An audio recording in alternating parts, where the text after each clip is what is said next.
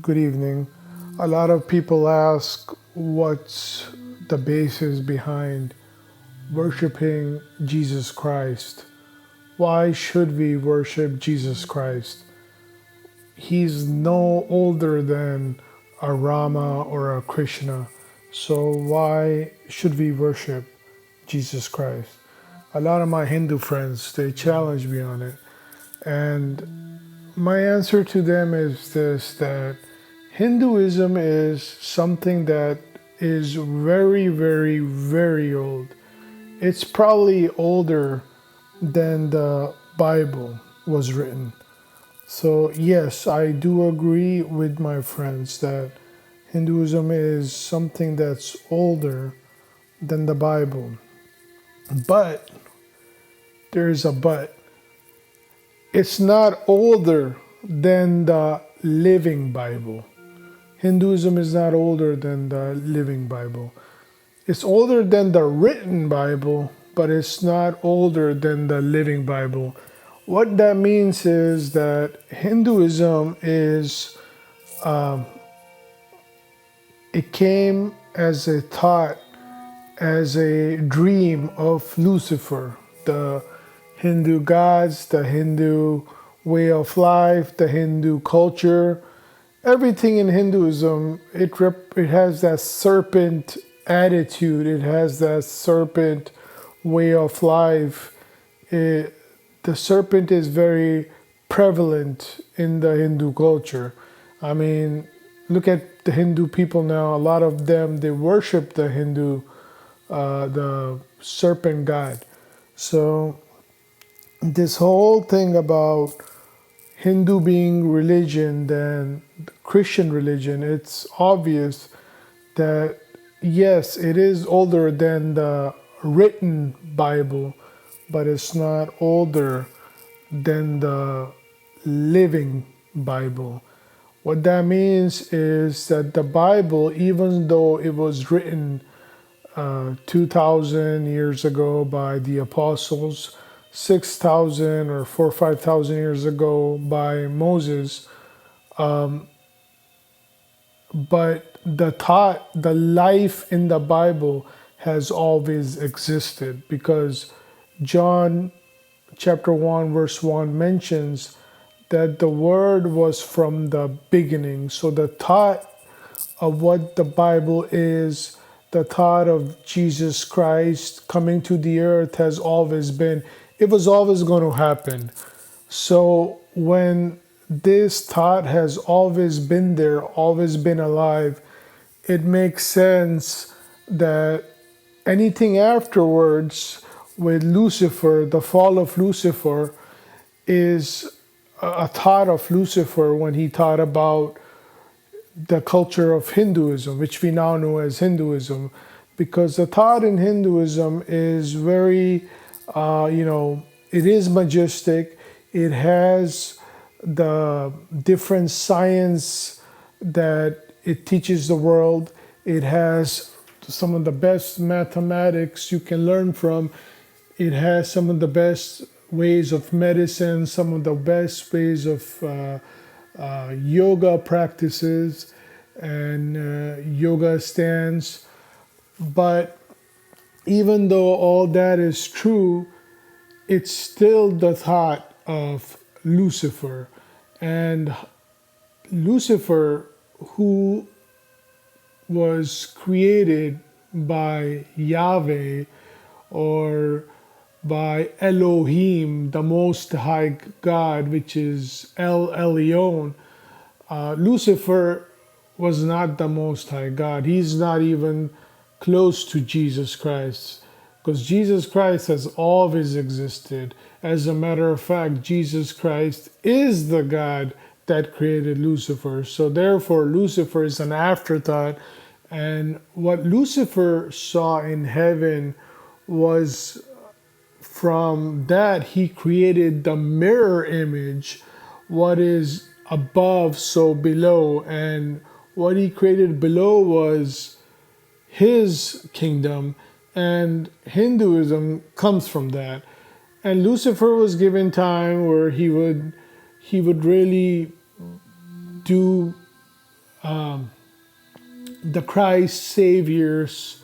He would be able to bring the Christ saviors to the earth as Christ-like saviors, like Krishna or Ram or and all these deities, but they were just the thought of Lucifer, because these deities were always fighting among themselves, especially when they fought the elephant god Ganesh. They were all fighting among themselves. They were all fighting Ganesh, and Ganesh did not originally have the elephant head. So that culture that was built with Ganesh, with Ram, with Krishna, and all the other religions, it's all the thought of Lucifer. He's the one who masterminded all this. And the people that worship these religions, even though they seem holy and true, but Lucifer knows these sciences of holiness because he's the angel of light. So it's not like he's parading around with horns only.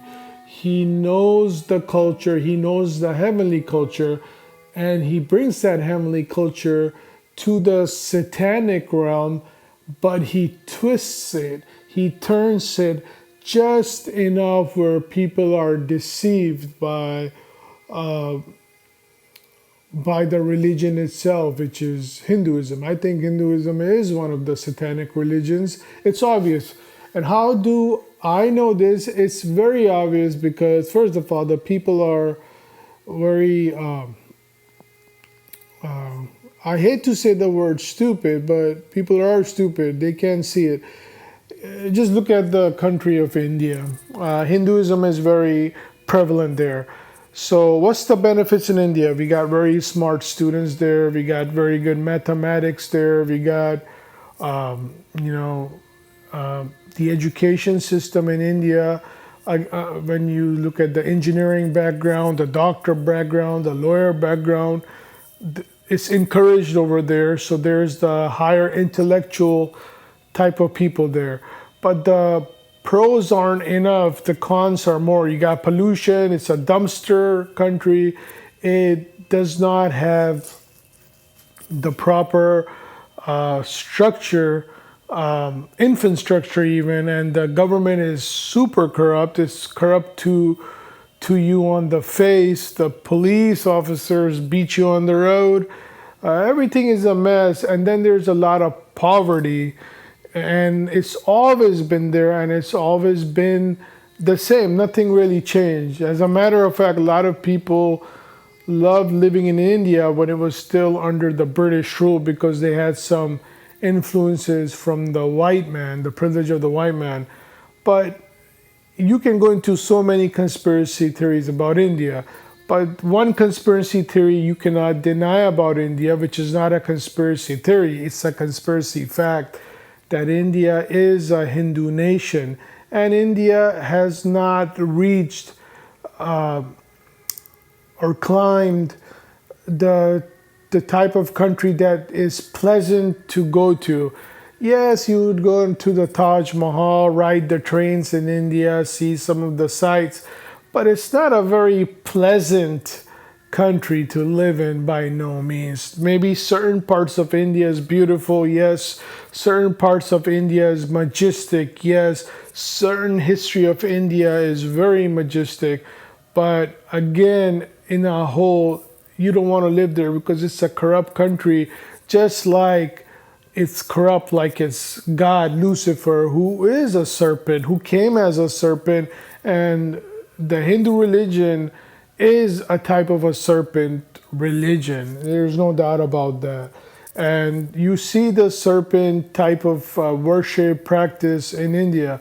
So why do I say that Christianity or the Bible, the Living Bible, is older than Hinduism? Is because the Living Bible, the thought, the breath that God breathed into the Living Bible is always been around, as old as God probably is, because the word is God. That's how Christianity is viewed. The Word is God. So God, as long as God is there, the Word has always been there. But when it was written, the written Bible is not very old. But the living Bible, the thought of the Bible, the expressions are older than the Hindu religion, no doubt. And because Lucifer knew this knowledge, Lucifer knows the word. He knows what the living word, the thought is. We know this because Lucifer quoted, or Satan quoted the word to Jesus Christ, and Jesus Christ quoted the word to Lucifer. And Lucifer tempted Jesus by using the words from the Old Testament. So we know that Lucifer knows the word, the living expressions.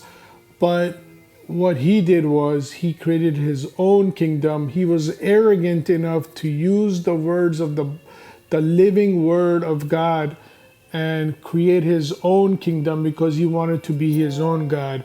And all the people that right now are in the Hindu religion are basically following the words of Lucifer, what he created.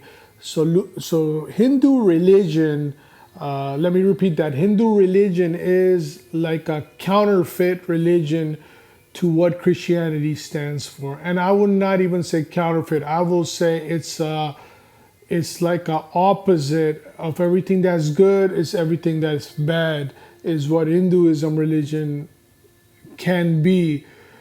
Even though there's really good things in it, but everything came from the kingdom of heaven.